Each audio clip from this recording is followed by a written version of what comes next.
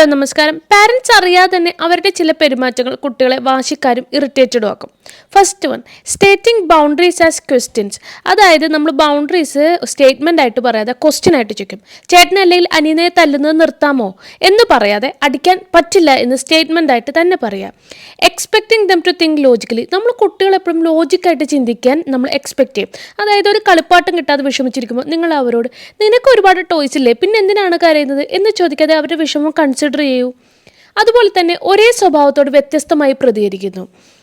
അതായത് ഒരു തവണ അവർ ജ്യൂസ് ഒഴിച്ചു, അപ്പോൾ നിങ്ങൾ ചിലപ്പോൾ തമാശയായിട്ട് കാണും. അടുത്ത പ്രാവശ്യം നിങ്ങൾ ദേഷ്യം പിടിച്ച് പറയും, ഞാൻ നിന്നോട് ശ്രദ്ധിക്കാൻ പറഞ്ഞു. അപ്പോൾ ഇങ്ങനെ മാറ്റി മാറ്റി പറയുന്ന കുട്ടികളെ കൺഫ്യൂസ് ആയിരിക്കും. അതായത് ഒരേ കാര്യത്തോട് ഡിഫറെൻറ്റ് രീതിയിൽ പ്രതികരിക്കുന്നത്. Having different boundaries for siblings. അതായത് രണ്ട് കുട്ടികളുണ്ടെങ്കിൽ രണ്ടുപേരൊക്കെ വ്യത്യസ്തമായ ബൗണ്ടറീസ് കൊടുക്കുമ്പോൾ അത് കുട്ടികളെ ഇറിറ്റേറ്റഡ് ആക്കും. അങ്ങനെ വ്യത്യാസം ഉണ്ടെങ്കിൽ തന്നെ അത് പറഞ്ഞ് മനസ്സിലാക്കും.